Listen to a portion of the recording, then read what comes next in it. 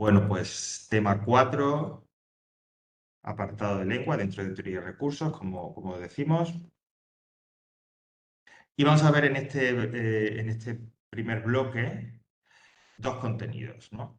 Que son, por un lado, la semántica, monosemia y polisemia y la puntuación. Y en este segundo, en la puntuación, nos vamos a detener un poco más, ¿vale? Luego, como suele ser habitual, o hablaremos de los contenidos extra, de los recursos extra que tenéis a vuestra disposición. Bajo del todo, archivo, se descarga y vamos a ver la teoría que tenemos por ahí. Bueno, empezamos por ese apartado o ese contenido de semántica, con esos dos términos que en principio, pues como muchas veces ocurre con los términos lingüísticos, ¿no? Que son un poco extraños, raros y tal, ¿no? Bueno, muchos de ellos porque proceden del griego y demás, pero que en realidad refieren a dos conceptos muy sencillos de entender, que son la monosemia y la polisemia. Bueno, siempre que se hable de semántica, Rebeca, estamos hablando del significado, del sentido, de qué quiere decirnos una palabra o una expresión, ¿no? Eso es la semántica, como esa disciplina o esa parte de la lingüística o demás, ¿no? Que se ocupa siempre del significado, ¿no? Del sentido de las palabras. Bueno, por lo tanto, monosemia y polisemia son dos fenómenos o dos procedimientos o dos aspectos, como queramos llamarlos, propios de la semántica. La monosemia viene a ser, aparte de lo que nos digan ahí, cuando esa ocasión muy rara, ya lo vamos a ver ahora, en la que una palabra tiene un solo y único significado. Es decir, si yo voy al diccionario, porque se me presenta una palabra, busco la entrada de esa palabra, ¿no? Que es como se llama, ¿no? De la manera en la que las palabras vienen reflejadas en el diccionario, ¿no? Por entradas. Pues busco la entrada de esa palabra y esa entrada solo tiene una acepción, es decir, solo tiene una definición, en definitiva, solo tiene un significado, estaríamos ante una palabra monosémica, es decir, estaremos hablando de monosemia. En esa palabra se da la monosemia. ¿Qué ocurre con esto? Que esto, como dicen ahí, es muy raro. La gran mayoría de las palabras, sobre todo si nos centráramos y pensáramos en un uso común, habitual, familiar del lenguaje, como el que hacemos normalmente, es muy raro. De hecho, lo que se nos dice ahí es que en ese apartado, en ese contenido, es que normalmente este tipo de palabras, es decir, la monosemia, se da en un ámbito más científico, tecnológico, es decir, en el entorno de la ciencia. Porque la ciencia, por definición, que digamos tiene ese objetivo de exactitud, ¿no? Sea la ciencia que sea, precisamente necesita de eso, necesita de palabras, sobre todo de términos técnicos, de términos científicos, de términos que se refieran única y exclusivamente a una cosa. ¿Mm? A la hora de explicar, por ejemplo, pues un experimento químico o a la hora de, por ejemplo, hablar del diseño de un ordenador, de un aparato tecnológico, etcétera, etcétera, los conceptos, los términos que se utilicen en ese tipo de textos, en ese tipo de conversaciones, ¿no? Dentro de un ámbito, como hemos dicho, científico, tecnológico, tiene que tener un único significado. Por eso la monosemia, insisto, siendo tan rara, se reduce básicamente a este tipo de contexto, de situación, ¿no? Al lenguaje científico, fundamentalmente, ¿no? Entendido por científico, bueno, pues el que acoge a una multitud de ciencias, ¿no? Químicas, médicas, sanitarias, tecnológicas, etcétera, etcétera, ¿no? Por ejemplo, ahí tenemos una recopilación de palabras como abdomen, hígado, acero, genes, adolescencia, que básicamente son monosémicas, porque se restringe, aunque alguna de ellas haya podido pasar al lenguaje común, es decir, que lo utilicemos lo utilicemos habitualmente, pues adolescencia mismo, o el acero, o abdomen, realmente todas tienen un único y exclusivo significado. Y especialmente cuando, insisto, se utiliza en ese ambiente, en ese lenguaje o en esa jerga, como dice ahí, es decir, en esa habla propia, ese lenguaje propio de la ciencia. ¿Qué es lo común? ¿Qué es lo normal? Pues la polisemia, es decir, que una misma palabra tenga diversos significados. Esto es lo habitual. Esto es lo más habitual de todo, ¿no? un poco para corroborar eso, pues nada, tienes un ejemplo que es la entrada de la palabra banco en el diccionario de la Real Academia y llegan hasta 6 significados diferentes, ¿no? Muchas veces esta polisemia está relacionada con aspectos culturales, con aspectos geográficos. Pues, por ejemplo, ¿no? Es muy común que, puesto que debido a la inmigración, especialmente la procedente de Latinoamérica, que hoy en la península la palabra carro significa no solo pues, carro pues, tirado por caballo, es decir, por con tracción animal, sino también un coche. ¿Eh? Por ejemplo, ¿no? Por añadir otro ejemplo más de polisemia. En cualquier caso, el que una palabra tenga diversos significados, muchas veces, pues, significados que no tienen por qué estar relacionados entre sí, ¿no? Ahí tiene, o sea, aprovechando el ejemplo de banco, banco es, pues, digamos, eh, mueble o tipo de asiento, ¿no? Que nos encontramos normalmente en espacios públicos, pero también es esa entidad física o virtual que trabaja con el dinero, ¿no? Y que todos conocemos. Bueno, pues eso es la polisemia. Frente a la monosemia, como digo, que es el fenómeno menos raro. Bueno, pues esto sería, como ves, Rebeca, no hay mucho más que decirnos sobre este aspecto de la semántica. Así que bajamos, damos un pequeño salto, luego ahora después volvemos a los determinantes, que también lo tenemos para hoy. Y dentro de este mismo bloque, y dentro de este mismo vídeo, vamos a hablar de la ortografía. Aquí lo tenemos. Y dentro de la ortografía, de la puntuación. Bueno, si vas a ir viendo, si no lo has visto ya, conforme vayas accediendo a las diferentes actividades, y especialmente a las actividades a partir de estos temas, ¿no? A partir de la segunda evaluación. En el caso de lengua, van a ir bastante más enfocadas hacia la redacción, hacia la escritura, bien respondiendo a preguntas o bien pidiendo que escribáis un texto, ¿no? Bueno, lógicamente los ejercicios de escritura en cualquier idioma, incluso en el que sea nuestra lengua materna, pues siempre es un ejercicio que tiene cierta dificultad. Porque realmente la escritura, cuando uno tiene que escribir un texto, tiene que poner en juego y estar atento, digamos, a muchísimos aspectos, ¿no? A utilizar bien las palabras, a escribir correctamente la frase, a ordenar la frase de la manera que el texto, de una manera que lo que escriba tenga un sentido y explique bien lo que quiero decir, a plasmar, utilizando esas palabras, esas frases, ¿no? Las ideas que tengo en la cabeza. Es decir, es un ejercicio complicado. Y uno de los elementos que también tenemos que tener en cuenta a la hora de escribir y que a veces nos complica también esa situación es la puntuación. Yo siempre digo que la puntuación es como la hermana pobre a la hora de hablar de la redacción y demás, ¿no? Pero realmente es importante porque la puntuación, los signos, básicamente la puntuación podría definirse como el uso de una serie de signos lingüísticos que lo que nos permiten es fundamentalmente ordenar y estructurar un texto, ¿vale? Ya sabes que la puntuación permite hacer paradas. ¿Para qué? Por un lado, para separar frases con diferentes significados, pero también, si por ejemplo pensamos en el aspecto oral, para recuperar el aire. Tenemos las comas, que permite hacer enumeración y poner una palabra detrás de otra. Tenemos los puntos y comas, etcétera, etcétera, etcétera. Es decir, en general, la puntuación, los signos de puntuación, como digo, por la puntuación es ese sistema compuesto por estos signos lingüísticos que nos permiten estructurar y ordenar correctamente un texto, de manera que su uso va a facilitar la comprensión y la lectura de dicho texto, haciendo lógicamente que sea pues, mucho, mucho mejor, ¿no?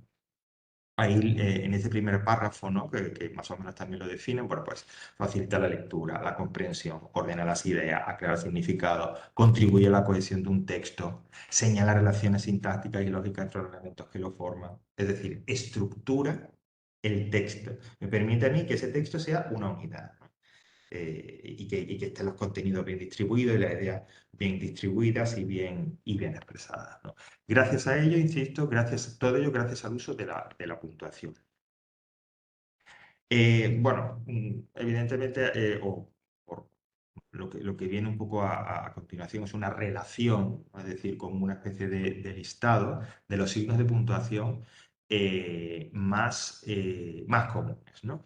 Y ahí vas a tener, eh, bueno, primero, a ver, la idea es que no tengáis, aunque podéis echarle un vistazo y revisar un poco todo esto, este contenido teórico que aparece ahí, pero os centréis en unos signos de puntuación concretos y con unos significados con usos concretos, ¿vale? Bueno, ahí primero tienes una recopilación, como puedes ver, de los principales signos de puntuación, hace una clasificación, los signos de apertura, signos de cierre. Bueno, como información extra está mal, ¿no? Y luego a continuación tenéis eso que digo de la gran, o gran no, pero el listado, ¿no? De los signos de puntuación más comunes. La coma, el punto, los puntos suspensivos, los dos puntos, el punto y coma, las comillas, la raya, los corchetes, los paréntesis, bueno, pues digamos los más relevantes, los más comunes. Pero incluso dentro de esta relación, dentro de este listado, podemos distinguir, o yo voy a pedir que os centréis en varios en concreto. Fundamentalmente, primero, en dos, que son la coma y el punto. Porque son los que, digamos, son como la columna vertebral de este sistema de puntuación, ¿no? De los signos de puntuación. Son los que os permiten eh, utilizándolos bien, correctamente, estructurar y ordenar el texto. ¿Vale?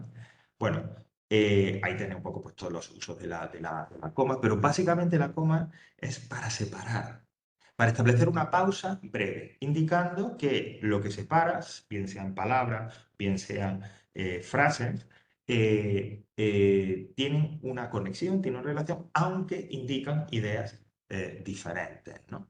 Fíjate en el ejemplo, es una chica muy reservada, estudiosa, agradable y de buena familia. En este caso, hay una relación de palabras, cada palabra tiene un significado diferente, pero hay una relación entre todas ellas, y es que está, en este caso, calificando, describiendo a la chica, ¿no? Básicamente esa es la idea de la coma. Establecer una pausa breve entre dos frases o entre una serie de palabras, ¿no? Indicando que aunque hay significados diferentes, hay una relación, una unidad entre ellas, ¿no?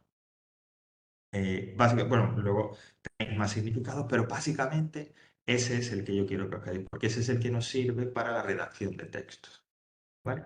Este de la separación de la breve separación. Y el punto.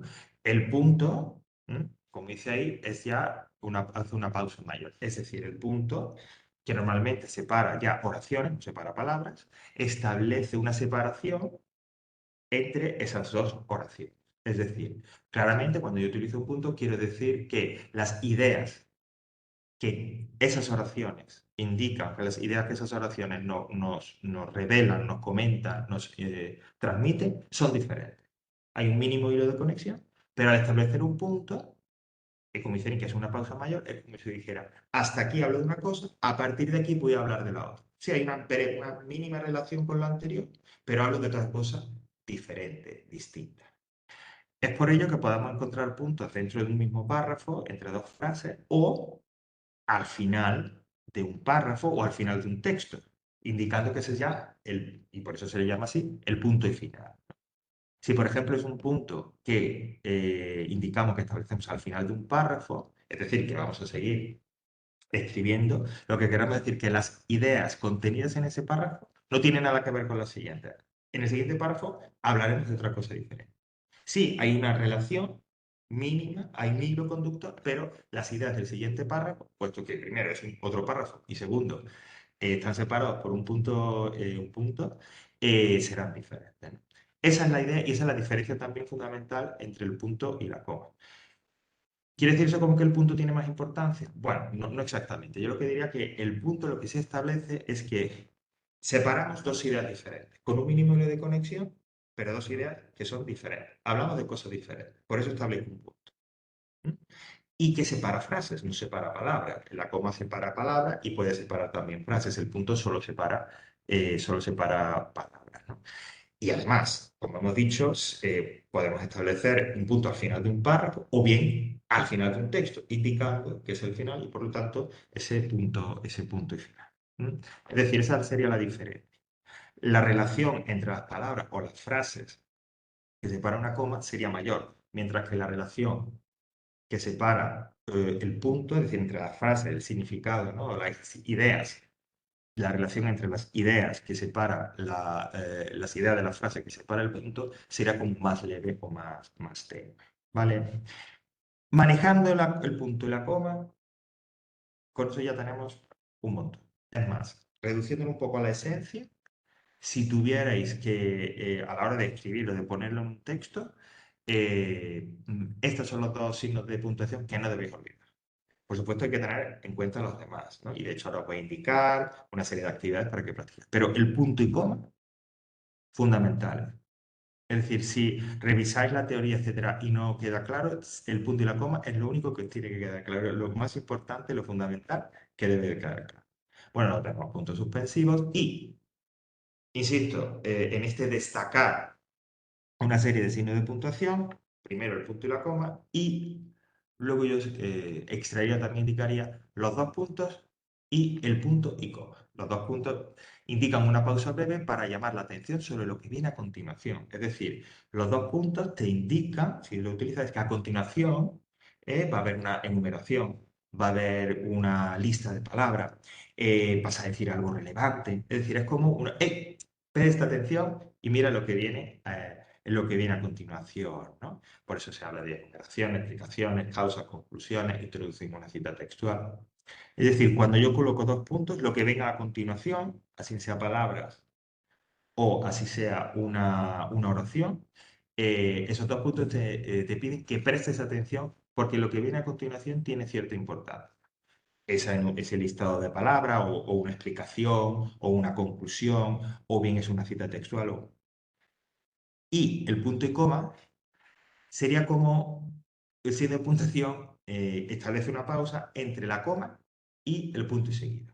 ¿Vale? Aquí tiene un uso un poco más libre, ¿no? Pero sería una pausa que es más grande o mayor que la de la coma, pero menor que la de el punto y seguido, ¿no? Indicando, bueno, pues utilizando para separar enumeraciones largas o, por ejemplo, imaginaos que estáis eh, expresáis una opinión y empezáis a dar argumentos, frases que expresen vuestros argumentos. Y escribes una primera frase y estableces un punto. Escribes una segunda frase y estableces un punto. Escribes una tercera frase, entonces punto y coma. Porque se está haciendo muy largo. Ese punto y coma establece esa pausa.